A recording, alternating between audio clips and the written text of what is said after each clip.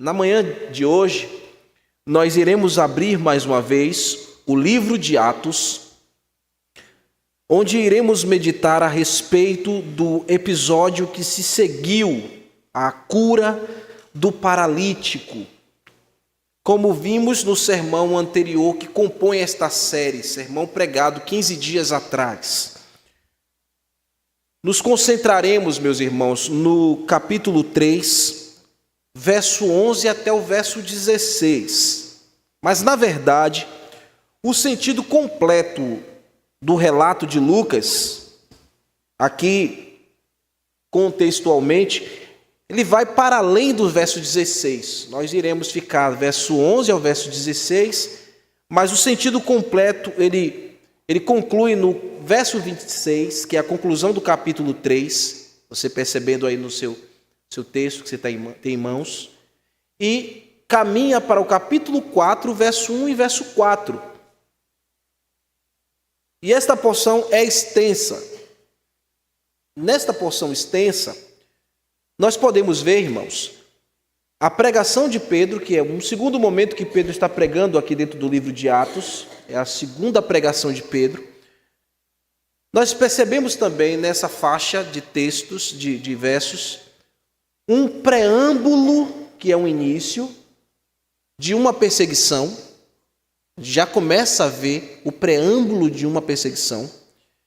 E a gente vê a salvação de muitos perdidos em decorrente da pregação de Pedro. Como eu havia dito, esses fatos que estão aqui inseridos nessa faixa de versos, elas se passaram concomitantemente a tudo o que havia ocorrido, assim, em paralelo ao milagre indescritível, humanamente falando, que todos ali presenciaram. A cura milagrosa instantânea daquele homem paralítico de nascença. Como o relato completo é realmente extenso, eu resolvi, irmãos, dividir este relato em duas mensagens, em 2 sermões. Porque senão a gente só ia sair daqui 3 horas da tarde. E como vocês precisam comer e outras coisas mais, vamos ficar apenas dentro dessa faixa, verso 11 ao verso 16.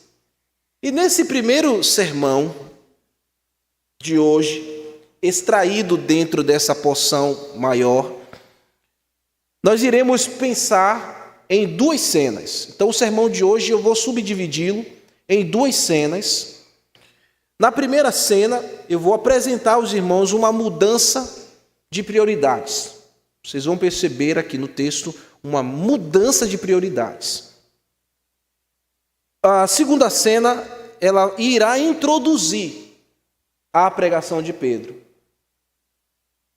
E dessa forma, no próximo sermão da semana seguinte, assim o Senhor nos permita, nós iremos nos concentrar na segunda parte da mensagem, da pregação de Pedro, onde a gente vai ver aquilo que eu chamei de preâmbulo da perseguição, essa perseguição embrionária, e também que vai desembocar em um surpreendente, um espetacular número de novos convertidos que beiravam ali 5.000 novos discípulos, 5.000 novos membros para a igreja.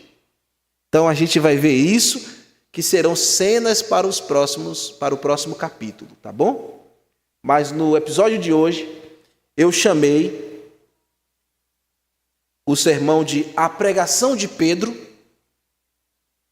o Cristo glorificado e a responsabilidade do pecador. A pregação de Pedro, o Cristo glorificado e a responsabilidade do pecador. Como vocês já estão acostumados, nós iremos fazer a exposição dos versos, tá bom? E nestas 2 cenas que eu falei para vocês, apresentando aí essa mudança de prioridades e depois a introdução da pregação de Pedro. Depois que eu explicar com detalhes para os irmãos como estas cenas se passam, nós iremos caminhar para as nossas conclusões finais. onde eu desejo aplicar aos irmãos algumas verdades extraídas aqui do que nós estaremos meditando nesta manhã. Por ora, vamos nos pôr de pé para ler a palavra de Deus. Capítulo 3, Atos dos Apóstolos, verso 11 ao verso 16.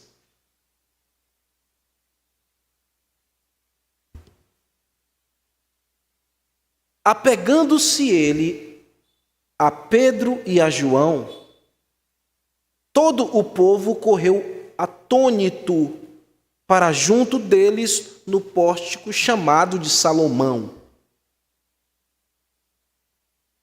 À vista disto, Pedro se dirigiu ao povo dizendo: Israelitas, por que vos maravilhais disto, ou por que fitais os olhos em nós, como se pelo nosso próprio poder ou piedade o tivéssemos feito andar? O Deus de Abraão, de Isaque e de Jacó, o Deus de nossos pais, glorificou a seu servo Jesus, a quem vós traístes e negastes perante Pilatos, quando este havia decidido soltá-lo. Vós, porém, negastes o santo e o justo e pedistes que vos concedessem um homicida. Dessarte, matastes o autor da vida, a quem Deus ressuscitou dentre os mortos, do que nós somos testemunhas. Pela fé em o nome de Jesus, é que este mesmo nome fortaleceu a este homem que agora verdes e reconheceis. Sim, a fé que vem por meio de Jesus deu a este saúde perfeita na presença de todos vós. Amém. Vamos orar pedindo ao Senhor iluminação na exposição da sua palavra. Senhor, nós acabamos de ler o teu santo texto. E te rogamos nesta hora que o teu Santo Espírito, que está aqui neste lugar e na vida de cada irmão, possa fazer com que a tua palavra venha aos ouvidos e desça até o coração. E possamos, Senhor, sair esta manhã edificados com as verdades que alimentam a nossa alma. Eu rogo a ti, Senhor, pela tua graça, que mais uma vez o Senhor me fortaleça para pregar a tua palavra, Senhor, e alimentar o teu povo, expondo as verdades bíblicas para a glória do nome de Jesus Cristo. Que o Senhor seja honrado neste momento e a tua igreja edificada para a glória do nome de Jesus. Oramos. Amém. Podeis sentar, queridos. Meus amados, a primeira cena que cobrem os versos 11 e 12, ela relata o que ocorre concomitantemente ao fato do milagre na vida daquele que antes era paralítico. Eu chamei esta cena, dos versos 11 e verso 12, de prioridade oportunamente invertida. Prioridade oportunamente invertida. Vamos ver por que eu denominei esta cena, esta nomenclatura. Vamos lá, irmãos, olhinhos no texto comigo, o verso 11, nesta primeira sentença aí do verso. Apegou-se ele a Pedro e a João. Aqui são estes três personagens que vimos no sermão passado. Pedro e João, vocês já sabem, são os apóstolos de Jesus Cristo. E quem é este que se apegou a eles? Este que se apegou a eles era o paralítico de nascença, mas que fora maravilhosamente alcançado por Deus com uma cura. Não obstante a cura, ele entra com os apóstolos, como nós vimos no sermão passado. Imaginem a cena, ele é instantaneamente curado, Não obstante, ele entra pelas portas formosa e adentra o pátio do templo, louvando a Deus e soltando de alegria. Muito obrigado, minha filha. Lucas usa aqui um verbo muito importante nesta primeira sentença, o verbo grego krautoston, o que nos comunica, meus irmãos, no nosso idioma, a expressão aqui, apegou-se. Traz a ideia de que este homem agarrou-se aos apóstolos, abraçou-lhes. Mas se de fato, literalmente, ele agarrou as vestes, abraçou o corpo dos apóstolos, nós não podemos definir isso muito claramente. Mas o que podemos dizer é o fato que este homem apegou-se aos apóstolos não para venerá-los. Havia ocorrido um grande milagre. Esse homem mudou a sua sorte naquele momento instantaneamente e apegou-se aos apóstolos, mas não para venerá-los. Nós não veneramos homens. Por mais piedosos, eloquentes, nós não nos apegamos a homens para venerá-los. Podemos nos apegar às pessoas, mas não para torná-los nossos ídolos. Porque o que nós podemos aqui afirmar, que este homem se apegou a esses apóstolos, também no sentido de que ele desejou, a partir daquele momento, caminhar com eles. Desejou, a partir daquele momento, andar com aqueles homens santos, aqueles homens separados de Deus, para Deus. E porque ele agora também faz parte da família espiritual. Ele converteu-se ao Senhor na ocasião do seu milagre. Ele converteu-se ao Senhor e ter entrado no templo louvando a Deus era sinal, como eu falei para vocês no sermão passado, de que este homem não foi curado apenas no físico, mas também na sua alma. Ele é um crente, ele é um seguidor de Jesus, agora ele é um discípulo de Jesus. Por isso Lucas fez questão de colocar esse verbo aqui, porque comunica também a ideia de sentimento aproximado, de intimidade, de quem está mais próximo intimamente. Agora este homem partilha da mesma fé que os apóstolos partilhavam. Ele agora é servo do mesmo Senhor que os apóstolos subiram ali para dedicar. Agora, vocês lembram por que Pedro e João estavam fazendo aqui no templo àquela hora que era a hora nona ou às 3 horas da tarde? Lembram do sermão passado? O que eles foram fazer ali, irmãos? Eles foram orar. Isso, muito bem. Eles foram orar. O intento deles, como de qualquer costume, de qualquer judeu piedoso, era estar ali no templo àquela hora do dia para fazer orações, súplicas. A intenção prioritária de Pedro, a prioridade de Pedro e João era subirem ao templo para fazer dedicações, intercessões e súplicas. No entanto, após o ocorrido inusitado e inexplicável humanamente em um homem paralítico de nascença haver sido curado, os apóstolos declinam dessa primeira prioridade, que era a prioridade da oração, porque estava se mostrando ali que uma outra prioridade era necessária. Como eu disse, concomitantemente ao milagre.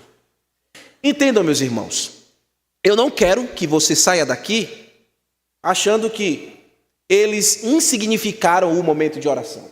Não é isso. Nós sabemos muito bem que os apóstolos consideravam a oração como algo prioritário e também inegociável. Por isso que eles estão aqui no templo àquela hora para orar. Isso é ponto pacífico para nós. Oração é em todo momento. Nós devemos orar sempre. É uma prioridade inegociável. É ponto pacífico para nós. O que eu quero que vocês percebam nesta cena e capturem aqui é a imagem que emoldura um quadro novo de uma prioridade que se apresentou, que também era valiosíssima. E como assim? Que quadro é esse que eu preciso olhar, pastor, e identificar? Ouçam. Os servos do Senhor, o apóstolo Pedro e o apóstolo João, aproveitaram um momento propício que apresentava-se justamente ali na ocasião daquele milagre ocorrido, para trocar a prioridade de oração que estava dando lugar para a prioridade da comunicação do Evangelho de Jesus. Então é esta a mudança de prioridades aqui, ou a inversão de prioridades. E eles discerniram muito bem. Aí eu vou mostrar para vocês como este quadro foi ficando mais nítido para eles e para que nossa congregação possa enxergar isso com mais clareza. Vamos prosseguir aqui na leitura do verso 11. Comigo, olhinhos no texto. Todo o povo correu atônito para eles no pórtico chamado de Salomão. Então olha para mim, Pedro e João, ao perceberem aquela operação milagrosa ou miraculosa, viram que propiciou-se ali uma oportunidade em que uma multidão de pessoas correram para eles, afluíram para eles no lugar onde eles se encontravam, num lugar muito específico aqui do templo. Estava Pedro, João e o que antes era paralítico. O lugar onde eles estavam ali, irmãos, possuía uma grande coluna colossal. Por isso, daí o nome Pórtico de Salomão, é uma coluna que tinha naquele templo, entre tantas colunas, havia essa coluna também tão colossal, preservada, porque na literatura judaica, ou na tradição dos judeus, foi o próprio Salomão que edificou aquela coluna monumental.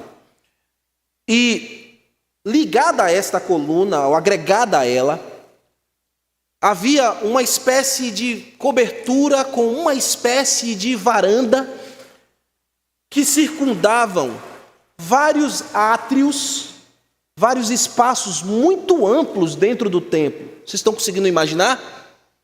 E este lugar amplo e extenso do templo onde Pedro, João e o antes paralítico estavam, era também conhecido como o Pátio dos Gentios,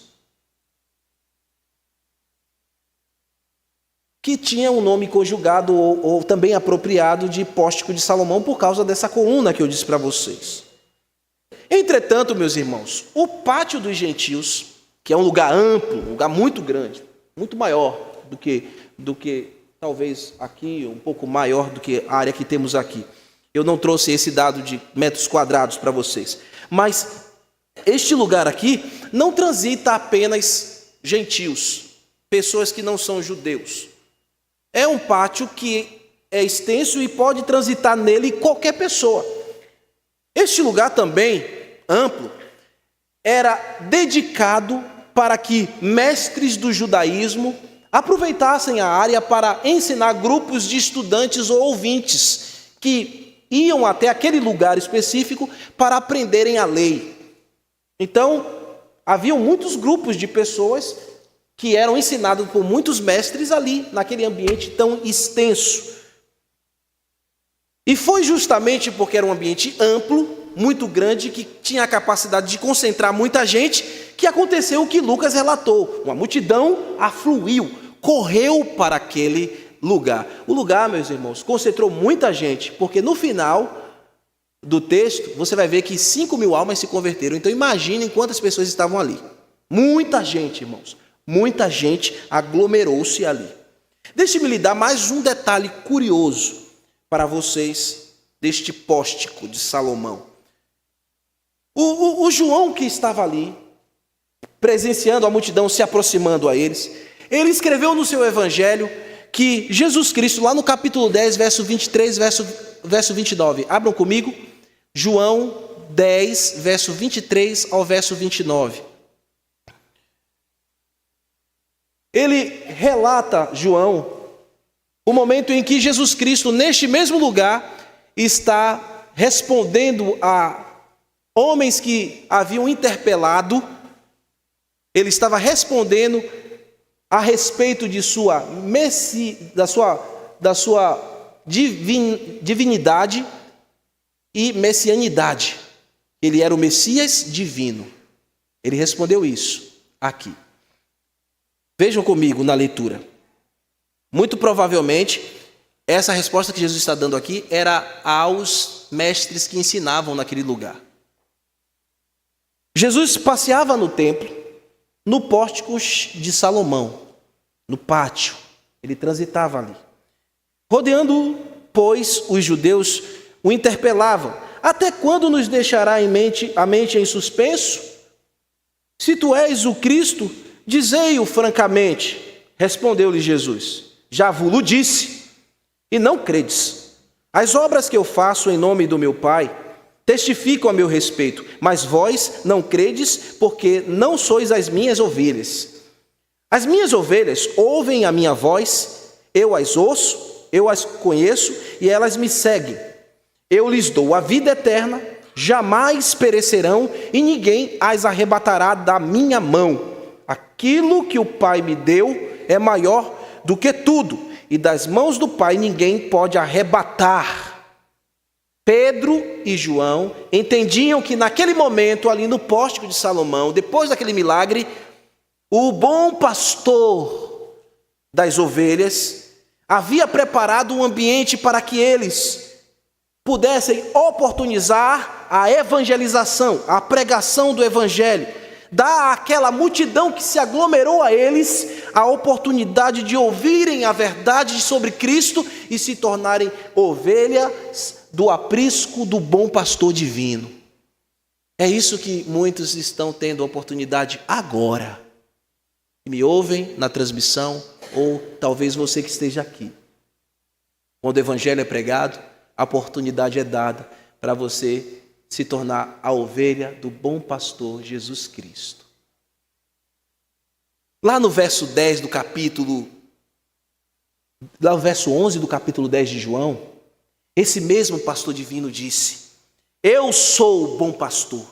O bom pastor dar a sua vida pelas ovelhas. E Pedro não está aqui pregando a lei, como muitos poderiam estar naquele momento, e tiveram que parar a sua atividade de ensino, porque uma multidão cercou aquele lugar. Pedro não está pregando a lei, Pedro está pregando a graça maravilhosa de Jesus, naquele lugar, e dando oportunidade a todos a ouvirem e a se tornarem filhos de Deus, ovelhas de Jesus. Aqui no final desta primeira cena, nós já vemos Pedro introduzindo o seu sermão. Veja aí comigo o verso 12. Ainda é a primeira cena, mas nós já vemos uma introdução do sermão. Verso 12 diz assim: à vista disto, à vista de quê, irmãos? Você já tem a categoria, à vista da multidão que se aglomerou àquele lugar. Então, quando Pedro viu isso, ele disse: não tenho que fazer outra coisa, não vou poder orar, agora não é hora de orar, agora é hora de pregar. Quando Pedro viu isso, a multidão dirigiu-se ao povo dizendo: israelitas, por que vos maravilhais disto? Ou por que fitais os olhos em nós, como se pelo nosso próprio poder ou piedade o tivéssemos feito andar? A introdução deste sermão de Pedro a gente pode dividir aqui em duas perguntas. Essa pergunta aqui eu quero fragmentar em duas. Tomar ousadia aqui para fazer isso, mas dentro do mesmo contexto e da mesma intenção autoral. A primeira pergunta seria Pedro falando aos seus compatriotas, porque ele está falando israelitas, não é verdade? Então ele está falando com o seu povo, seus irmãos. Por que vocês estão, ó israelitas, tão maravilhados com o milagre que aconteceu? Não era para estar, irmãos.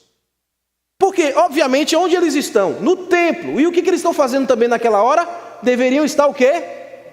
Orando. Isso seria sinônimo de quê? De busca por piedade. de vida dedicada e sincera a Deus. Se esses homens realmente fossem piedosos e estivessem ali realmente com o coração dilatado para falar com Deus, eu não estou generalizando, porque realmente havia gente ali que estava com esse sentimento e eles se converteram. Mas se a maioria, se todos estivessem com esse mesmo sentimento, eles iriam entender, poderiam estar maravilhados, mas iriam compreender naquele exato momento, ao ver aquele milagre, que o que estava acontecendo diante dos seus próprios olhos era o cumprimento também de um texto messiânico em Isaías capítulo 35, versículo 6, que dizia que os coxos saltariam de alegria como servos, como aqueles animais, os servos, pulam de alegria. Eles iriam conectar que os dias que eles estavam vivendo ali era a pura manifestação dos dias messiânicos. Mas eles estavam embotados e não conseguiam entender e raciocinar isso. Eles se admiraram do milagre, mas não entenderam quem foi que realizou o milagre. Por isso correram para Pedro e João, porque pensaram que Pedro e João era mais um profeta. Era mais um indivíduo, ou dois indivíduos na sua história que surgiu para realizar milagres. Era um povo sofrido, irmãos. Estavam vivendo debaixo do jugo de Roma. E eles estavam caçando oportunidade para aliviar suas cargas. Mas aquele que veio, que é o Messias, e que disse: lançai sobre mim o seu fardo que é pesado, e tomai o meu fardo que é suave, eles não receberam, não aceitaram. Sim, de fato, se aqueles homens confessassem verdadeiramente piedade, eles entenderiam que aqueles dias já mostravam que o Messias prometido dos profetas havia chegado entre eles. No entanto, como eu disse, eles estavam embotados. Por isso, irmãos, que o evangelho deveria ser pregado naquela hora. Porque quando o povo entende a verdade, quando a verdade é proclamada, é pregada. Por isso que o evangelho precisa ser pregado para o quê? Para que cegos vejam, para que surdos ouçam e para que paralíticos andem. Por isso pregamos o evangelho, e é por isso que Pedro e João trocou a prioridade da oração pela prioridade da pregação. E o que Pedro vai fazer? Ele vai apontar realmente quem é o autor do milagre. E ele vai deixar claro que não foi a sua força, não foi a sua piedade, não foi poder nenhum nele mesmo. Não foi a sua dedicação piedosa, mas foi alguém que era muito maior do que eles. Agora vamos para a segunda cena.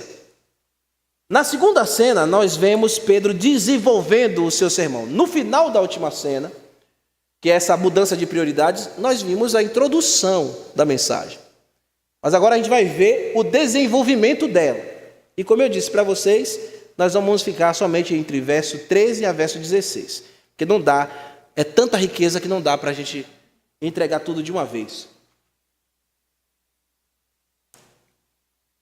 Aqui no verso 13 ao verso 16, você vai perceber que Pedro vai confrontar a rejeição do povo, que eles rejeitaram o Messias. E no mesmo fôlego ele vai atribuir toda a glória do milagre a Jesus. Acompanhe comigo, eu chamei esta cena aqui, que é a primeira parte da pregação de Pedro, de confronto e exaltação. Confronto e exaltação. Isso está acontecendo ali em todo momento nessa primeira parte do sermão de Pedro. Olhinhos comigo, verso 13. Olha aí, o verso 13. O Deus de Abraão, de Isaque e de Jacó, o Deus de nossos pais, glorificou a seu servo Jesus, a quem vós traístes e negastes perante Pilatos, quando este havia decidido soltá-lo. Pedro está dizendo que aquele homem, Jesus, aquele Jesus, o Nazareno, o Galileu, que Pedro já vem falando aqui no livro de Atos, é também descendente de Abraão, Isaque e Jacó. Ele é compatriota daqueles que estavam ali. E esse Jesus, ele é servo porque aqui, você já sabe que a palavra servo muitas vezes aparece no Novo Testamento com a descrição que dolos, né? Significa escravo. Mas aqui não é dolos que aparece. Aqui é um outro termo que dá a intenção, que tem também na semântica a expressão escravo. Por isso que os tradutores colocaram aqui escravo. Mas o que aparece aqui, a palavra grega, dá a ideia de alguém que está representando. Como um filho que representa e que serve representando. Então esse Jesus é o representante de Deus ali diante do seu povo. E ele mesmo possuindo todo o direito legal sobre o seu povo, o que este povo fez? O traiu. Vós o traístes. E como é que o povo traiu? Os seus compatriotas traíram seu próprio irmão. E que não era mais um irmão, era o Messias. Como foi que eles traíram a Jesus? Quando eles entregaram Jesus para ser crucificado pelos romanos, nas mãos dos romanos. E no mesmo fôlego, Pedro disse que eles negaram também, não somente traíram, eles negaram. Negaram diante de quem? De Pôncio Pilatos. E quando foi que eles negaram? Naquele episódio que toda a multidão estava num outro pátio, ali próximo do templo, próximo de uma fortaleza chamada Antônia, era chamado de Pretório Romano. Um judeu não queria entrar naquele lugar, porque se entrassem no Pretório Romano, eles se tornariam imundos, segundo a lei deles. Então eles não entraram, mas Jesus entrou no Pretório. Petrório, né? É Petrório Romano. E naquela oportunidade, quando Jesus estava sendo julgado, o que aquela multidão ensandecida e influenciada por líderes religiosos e por todos os participantes do Sinédrio, crucificam. Eles clamaram por crucificarem a Jesus, aquele a quem Pedro está falando aqui em Atos, no final do verso 13, que Pilatos não viu acusação nenhuma para a morte, mas os seus próprios irmãos o negaram, dizendo: não queremos ele, crucificam. Abra comigo em João, capítulo 19, para tornar isso mais claro para vocês, ficar apenas nas minhas palavras. João, capítulo 19, verso 14 ao verso 16. Eu estou lendo aqui este episódio que mostra o povo negando o seu Messias, negando o seu próprio irmão. Era por volta do meio-dia, dia da preparação da Páscoa, e Pilatos disse ao povo: vejam, aqui está o seu rei. Fora com ele, gritavam. Fora com ele, crucifica-o. O quê? Crucificar o seu rei? Perguntou Pilatos. Em resposta, os principais sacerdotes gritavam: não temos outro rei senão César. Isso é terrível. Olha a confissão desses homens. Eles preferiram um pagão do que o legítimo servo enviado por Deus. Isso é terrível. E quantos fazem isso e estão ainda aqui hoje? Negam a Cristo por qualquer pessoalidade. Às vezes você está negando a Cristo por um artista. O povo judeu está negando o seu verdadeiro rei, o seu verdadeiro Messias, e abraçando um pagão e dizendo que não temos outro rei senão César. Agora, no verso, lá em Atos, no verso 13, nos diz que, Pedro, da sua pregação, diz que esse Jesus que é servo, Deus o glorificou. E como é que Deus o glorificou, irmãos? A glorificação, você já sabe, foi feito depois que este servo assumiu a forma humana e veio a este mundo e se humilhou e morreu naquela execrável cruz. Depois disso, depois da sua morte, ele ressurgiu dos mortos e recebeu de Deus exortação das mãos do Senhor, do Deus Pai, que o assentou à sua destra, onde ele está hoje na majestade nas alturas. Você crê nisso? Ele está lá exaltado. Mas eu quero lhe mostrar o texto bíblico que relaciona o que Pedro está dizendo. Filipenses capítulo 2. Filipenses capítulo 2, verso 6 ao verso 11. Pois ele, subsistindo em forma de Deus, não julgou com usurpação ser igual a Deus. Antes a si mesmo se esvaziou, assumindo a forma de servo, tornando-se em semelhança de homens, e reconhecido em figura humana, e a si mesmo se humilhou, tornando-se obediente até a morte e morte de cruz, pelo que também Deus o exaltou sobremaneira, e lhe deu o nome que está acima de todo nome, para que no nome de Jesus se dobre todos os joelhos dos céus e na terra, e toda língua confesse que Jesus Cristo é o Senhor, para a glória de Deus Pai. Então que haja isso aqui também hoje. O Senhor que está exaltado nos céus, espera que você hoje o reconheça, e que você hoje não venha traí-lo, e não venha negá-lo, mas entender que Ele está glorificado nas alturas. Então, que todo joelho que ouve essa mensagem, e que toda a língua que está ouvindo esta pregação, hoje se dobre e confesse que Jesus Cristo é o Messias, é o Senhor enviado pelo Deus Pai, glorificado nas alturas. A sua majestade é maravilhosa, é poderosa. Não há ninguém como Ele. Ele é o nosso Senhor, nosso Salvador. Vivemos por Ele e para Ele. Servimos a Ele hoje e para a eternidade. E não há coisa melhor neste mundo do que servir a Jesus, pertencer a Ele. Vejam aquele homem entrando pelas portas, saltando de alegria, porque agora é servo de Jesus. E ele está confessando e também se curvando ao senhorio de Jesus. Então você também viva isso hoje na tua vida. Agora, o verso 14 aqui nos mostra que eles negaram. Pedro dá mais duas informações importantíssimas aqui na sua mensagem introdutória. Eles negaram o santo e o justo. Essa expressão santo e justo, quando aquela multidão de muito mais de 5.000 pessoas estavam ali ouvindo, quando aquela multidão ouviram as expressões santo e justos, eles começaram a entender. Muitos, na verdade, começaram a entender. Porque santo e justo são títulos messiânicos. Então, quando ele falou que Jesus era o santo e o justo, muitos ali começaram a entender. Jesus foi o Messias? Aquele homem que crucificamos há alguns dias atrás é o Messias?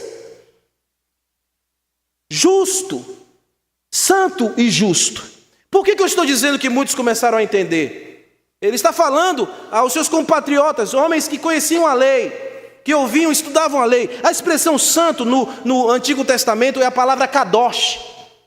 E a palavra kadosh no Antigo Testamento, ela representa e também tem o mesmo sentido do Novo Testamento: consagrado, separado, alguém puro. Jesus foi consagrado, separado e o puro. João disse que ele é o Cordeiro de Deus, Santo de Deus, que tira o pecado do mundo. Ele é o kadosh de Deus. E essa expressão nas Escrituras, no Velho Testamento, também você vê lá em Salmos 16:10, não precisa ir não. Você vê também em Marcos 1:24, que diz que ele é o santo de Deus, o Messias, o santo de Deus. E a expressão justo, no dialeto hebraico, é de sadik, que comunica retidão, justiça, integridade, provando que os atributos morais do Messias é justiça, retidão e integridade. O único que viveu sem pecar, o Senhor Jesus. Então somente o Messias prometido por Deus poderia ser esta figura verdadeiramente santa e verdadeiramente justa. É o único que te santifica, é o único que te justifica, é Jesus Cristo, o Messias, que você pode devotar fé nele. Pedro, ao testemunhar isso, está mostrando claramente, indubitavelmente, que aquele que foi crucificado às portas de Jerusalém era o prometido, que eles negaram. Mas olha, Pedro vai ainda confrontá-los e mostrar que essa negação e rejeição foi muito mais do que eles imaginavam. Olhem comigo o verso 14, a sequência do verso 14. E pedistes que vos concedessem um homicida no lugar do santo e do justo. O que eles escolheram? Um homicida. O que você está escolhendo aqui, essa manhã? O que você tem escolhido a vida inteira? Você tem escolhido a desgraça, o desastre, porque essa escolha e o que eles pediram foi desastroso. No lugar do santo e do justo, um homicida, um assassino. Olhem comigo o que Lucas registrou no seu evangelho. Você sabe que a gente está lendo aqui um compêndio só, dividido em duas partes, né? Lucas / Atos. E na primeira parte do livro, veja o que ele escreveu lá. Lucas, capítulo 23, verso 18 ao verso 25. Olhem comigo aqui, por favor, o texto. Isso vai trazer mais lucidez para vocês. Teófilo, quando estava lendo essa parte, ele já havia lido essa que a gente vai ler agora. Um grande clamor se levantou, no verso 18. Um grande clamor se levantou da multidão, e uma só voz gritava: mate-o, eu estou lendo na NVT, viu? Mate-o, soltem Barrabás. Esse Barrabás estava preso por ter participado de uma revolta em Jerusalém contra o governo e ter sido, o quê? Assassino. Pilatos discutiu com eles e desejava soltar Jesus. Eles, porém, continuaram gritando: crucifica-o, crucifica-o. Pela terceira vez, ele perguntou: o que este homem cometeu? Que crime ele cometeu? Não encontrei motivo para condená-lo à morte. Portanto, ordenarei que seja açoitado e soltarei. A multidão gritava cada vez mais alto, exigindo que Jesus fosse crucificado, e o seu clamor prevaleceu. O clamor daquela multidão prevaleceu. Então Pilatos condenou Jesus à morte, conforme exigiam. A pedido deles, libertou Barrabás, o homem preso por revolta e assassinato. Depois entregou Jesus para fazer com ele o que quisessem. Oh, meus irmãos, a multidão que estava gritando ali, muitos estavam aqui, com Pedro e João, naquele pórtico de Salomão. Muitos ali naquela hora que gritavam, dizendo: eu quero Barrabás, estavam ali.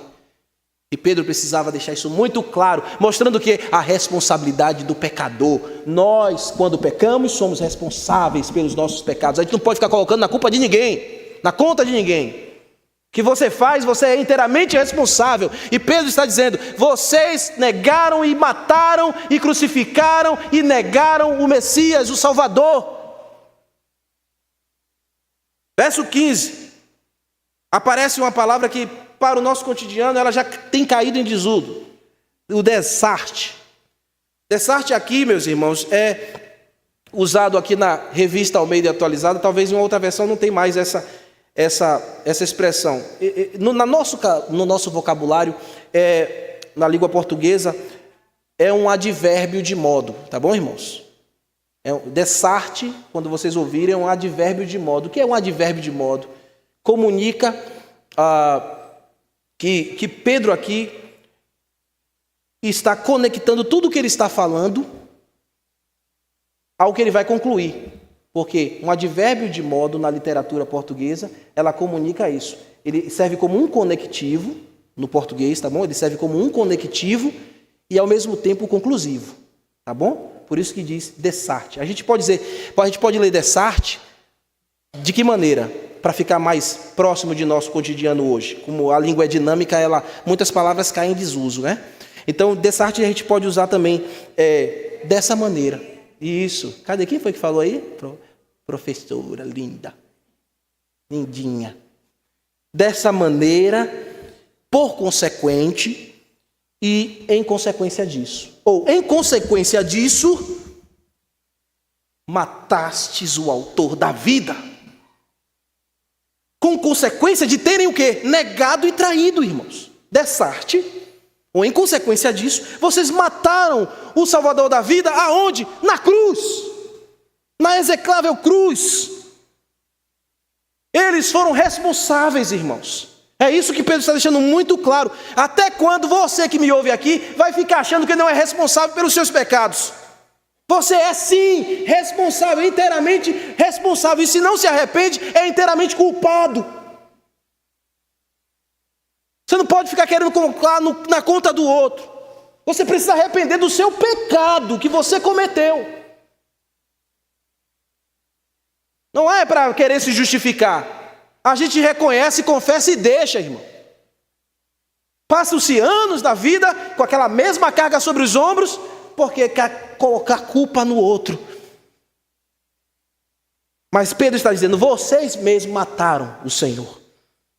E ele vai dizer que, na continuidade do verso, a quem Deus ressuscitou dentre os mortos, e nós somos testemunhas, ou seja, nós vimos que aquele que vocês mataram, Deus os ressuscitou dentre os mortos, ele apareceu vivo diante de nós. E é ele que nos mandou, em outras palavras, pregar esse evangelho para você, porque lembra que ele falou, comece em Jerusalém. Onde é que fica o templo? Onde é que fica o templo? Eles estão no templo em Jerusalém, pregando o evangelho. Agora veja o verso 16, para a gente concluir aqui a exposição e eu caminhar para as minhas conclusões finais. No verso 16, finalmente Pedro vai dar toda a glória a Jesus pela cura do paralítico.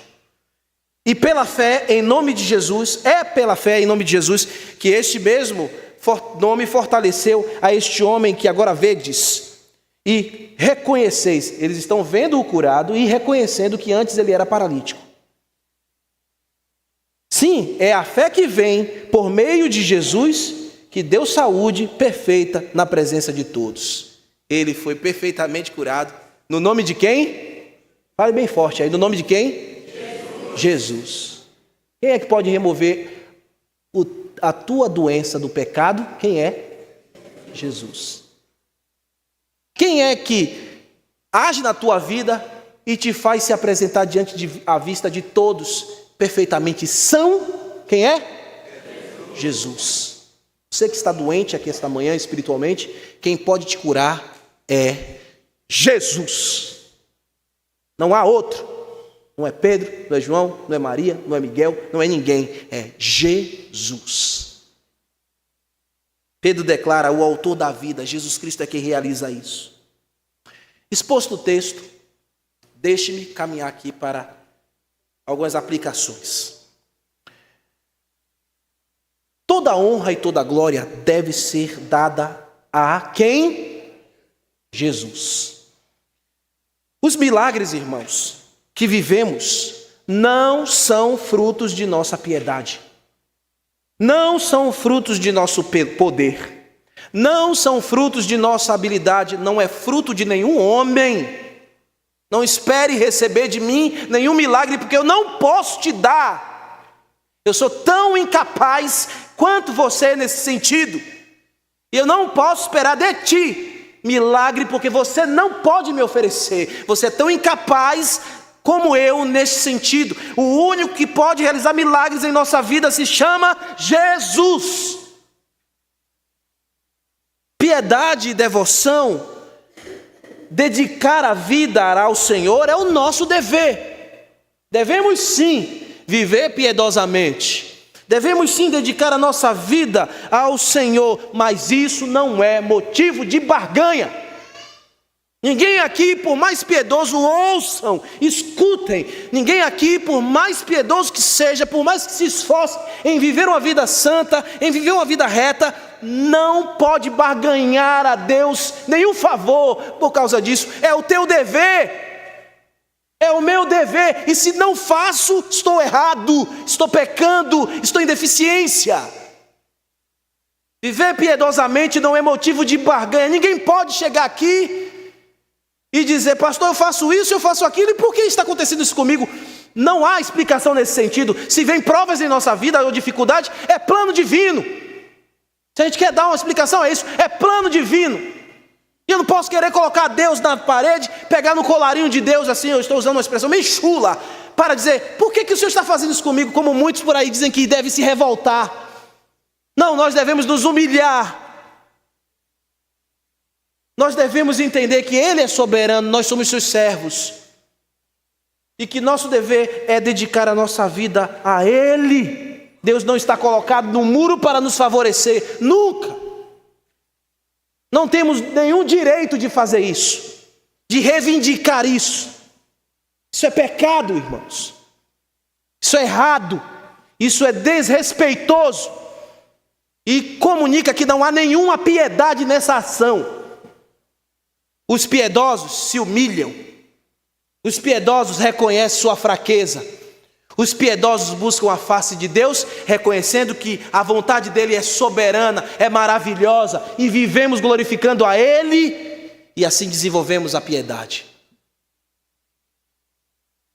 Meus irmãos, amados, somos instrumentos nas mãos de Deus, no Senhor, para vivermos bênçãos segundo os seus planos. Se Ele quiser, Ele cura, e Ele é poderoso para curar, não é verdade? A gente está vendo no texto aqui. Se Ele quiser. Se Ele não quiser, você vai ficar com bico, bicudo, chateado? Não! O que nos resta é a maravilhosa oportunidade de glorificá-lo. Ah, irmãos, e quando um louvor sai dos lábios de um servo que está sendo moído, é glória para Deus. É glória para o Senhor. Não é humilhação no sentido de abandono, não. Choramos na presença do nosso Senhor, nos acalentamos nele, nos seus braços perfeitos e maravilhosos. Não é virtude do nosso talento. A grandeza e a glória está no nome de Jesus, é Ele que realiza os milagres em nossas vidas. Repito, a razão de muitos milagres, de vivermos muitos milagres, de eu ter muitos milagres para contar e você também ter muitos milagres para contar, a razão dessas incontáveis bênçãos tem um nome. Quem é? Fale bem alto. Jesus. Deixe que todos ouçam este nome sublime. Jesus. E todos nós aqui temos muitas bênçãos para contar. A questão é que muitas vezes eu e você queremos contar bênção de tudo. Não, eu tenho que ter testemunho de vitória em tudo. Não é assim. Lembra aquele que disse: se possível, afasta de mim este cálice. Afastou, irmão? Afastou? Não afastou. Ele teve que beber cada gota daquele cálice da ira de Deus. E ele bebeu porque nos amou. Mas depois está assentado à destra das alturas da majestade, nos dando força, coragem e resignação, para que nos dias em que não houverem cura, você continue glorificando, você continue exaltando, adorando, aconteça o que acontecer, milagres ou não, demora dele ou talvez que ele nunca chegue. Você não vai deixar de ser servo glorificando ao Senhor. Amém? Amém. A outra aplicação que eu quero que você guarde do teu coração é que um irmão se apega ao outro. Não para venerá-lo, mas para fortalecer. Um irmão se apega a outro. Assim como aquele paralítico, agora crente, servo do Senhor, irmão em Cristo, depois de ter a sua vida física mudada e espiritual, ele se apegou a Pedro e a João. Quando alguém se converte, ele tem sempre alguém para se apegar, para que seja ajudado, socorrido. Nós nos apresentamos, irmãos, como igreja do Senhor, para acolher a todos que vêm, todos os novos que vêm chegando, que o Senhor Jesus vem nos apresentando, vem trazendo para o seu redil. Aqui é o redil das ovelhas de Cristo. E quando eles chegam, nós precisamos nos apegar a eles, e eles se apegarem a nós. Quando alguém se converte, eles entram na unidade da fé, se tornam um só corpo em Cristo Jesus.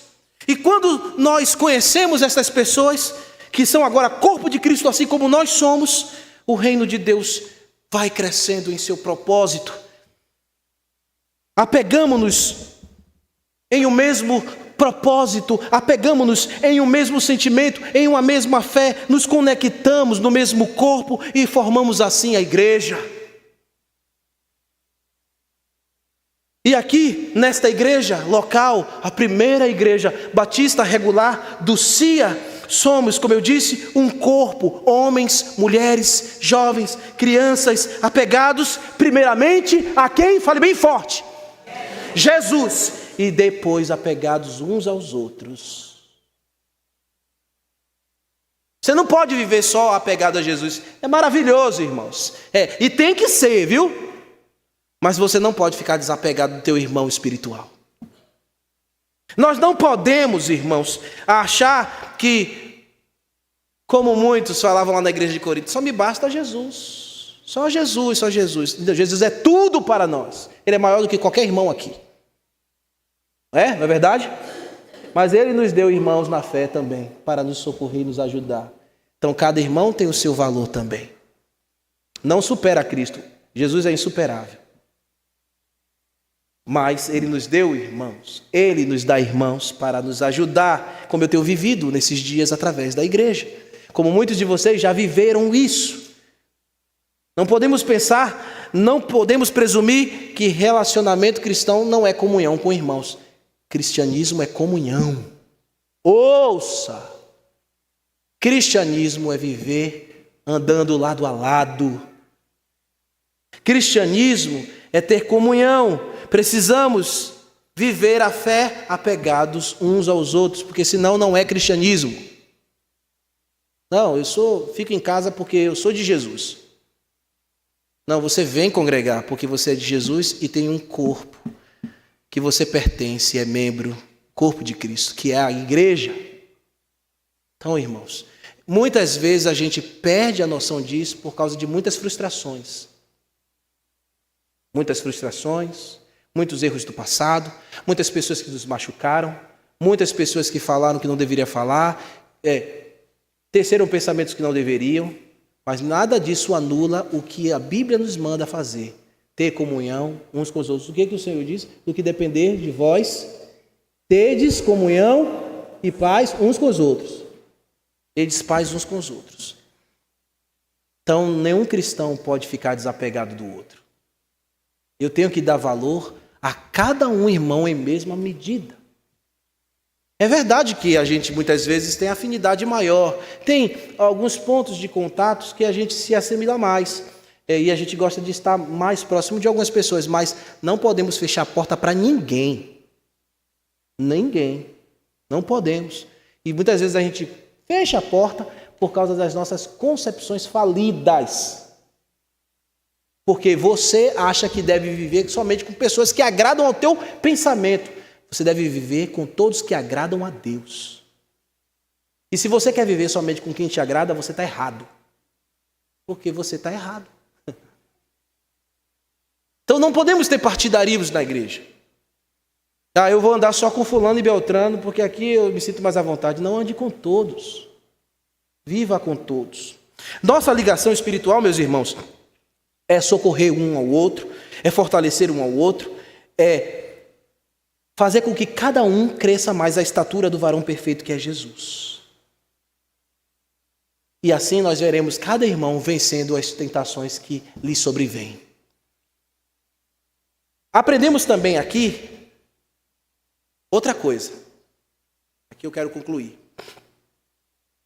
Que a igreja tem prioridades. E que devem essas prioridades serem muito bem observadas. A oração é uma prioridade na igreja, não é verdade? Vou falar de novo. Uma vez eu pregando aqui, puxei a orelha de muitos de vocês, e muitos na semana seguinte no culto de oração a igreja estava cheia. Na semana seguinte o número baixou, e na semana passada foi de novo calamitoso. Não venha para o culto de oração porque eu estou lhe chamando. Eu vou repetir de novo isso aqui. Venha para o culto de oração porque é o teu dever. Quando você não vem para ficar de perna para o ar, você está pecando. Agora, brigue com Deus. Como diz os jovens, né? Agora é que lute. Você ainda está Agora é você que lute, né? Agora é você que lute. Ok, irmãos? Toda semana eu estou aqui, no culto de oração. Não é porque eu sou pastor. Eu sempre tive esse bom testemunho. Oração na minha vida, em comunhão, sempre foi prioridade. E por que não tem sido prioridade na vida de muitos aqui na igreja? Eu espero que você, quando vir na quarta-feira, venha porque você está entendendo que é o teu dever. Ah, pastor, que carapuça é essa? É o meu papel. Eu tenho que falar isso aqui a você. Eu vou ficar alisando sua cabeça o tempo inteiro? Eu vou ficar achando e sorrindo? Está tudo bem? Quando eu percebo que tem alguma coisa que não está bem? Culto de oração vazio é sinal de que a igreja não está bem.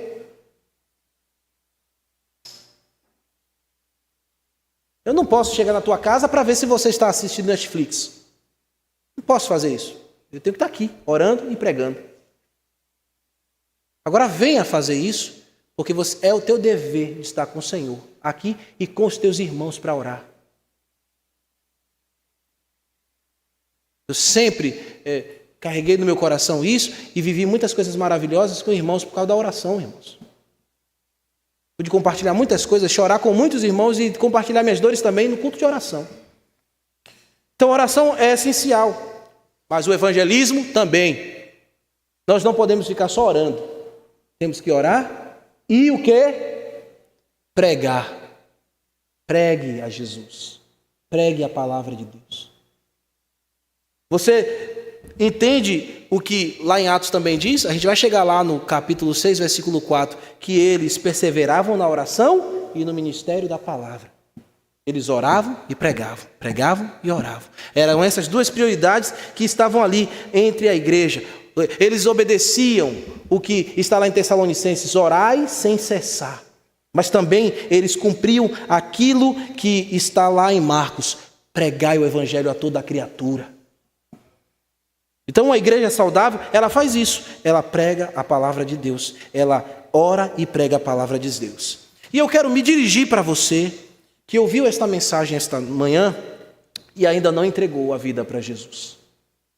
Nós temos orado por vocês, mas também temos pregado por vocês, a vocês. Nós temos nos comprometido a Deus em oração e temos pregado. Agora é na tua conta o que você vai fazer, da tua própria vida. Agora está na tua conta. Somente Cristo pode te santificar, te purificar e te declarar inocente. Somente Jesus pode salvar a tua alma das más escolhas que você tem feito na vida até aqui. Como aqueles que escolheram Barrabás e você tem escolhido tantos caminhos de homicídio e suicida na tua vida. Agora está na tua conta. Você pode até retrucar dizendo, pastor, o que é isso? Eu sou de Jesus, eu amo a Jesus. Mas as suas ações têm provado que não é verdade. Você apenas fala, mas o teu coração você não ama de verdade. Você precisa se arrepender hoje dos seus pecados e abandonar o caminho de autodestruição. Os pecados são a responsabilidade de cada homem. O homem é inteiramente responsável e os seus pecados cravaram Jesus na cruz. É hora de você se arrepender e receber a Jesus como teu Salvador. Deus provou o seu amor para com você, como diz Paulo, enviando Jesus Cristo para morrer pelos seus pecados, quando você ainda é pecador.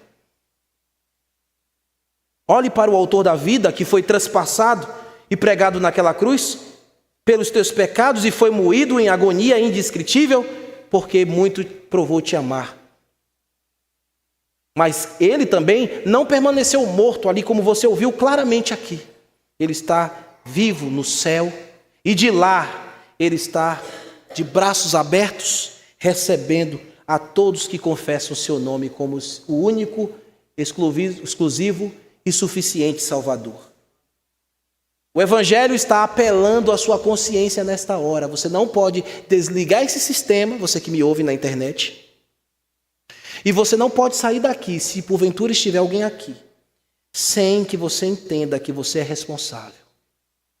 Sem que você entenda. O Evangelho, ele apela à sua consciência. Ele apela aos pecados que você comete. Ele apela à cruz a qual você crucificou o Senhor. Ele apela a súmula que você tem nas mãos, e quem de acusação, e quem pode arrancar essa súmula de acusação das tuas mãos é o próprio Jesus, e ele crava no madeiro da sua cruz para te declarar perdoado. Você pode sair daqui esta manhã, salvo, lavado e remido, filho de Deus. Creia e confesse a Jesus. Vamos orar? Obrigado, Senhor, pela tua palavra, pela exposição dela e as aplicações que o Senhor trouxe para a nossa igreja. Peço a Ti, Senhor, que nós possamos absorvê-las, cada uma delas, caminhar lado a lado, um com o irmão, um com o outro, entender, meu Deus, que toda a glória pertence a Ti, entender, meu Deus, que Tu és soberano e que o pecador entenda que ele precisa se arrepender urgentemente. E em uma oração de confissão de pecados, entregue a sua vida ao Senhor e seja recebido na glória eterna. Aplica, Senhor, essas verdades em nosso coração, no nome de Jesus. Amém. Amém, meus irmãos?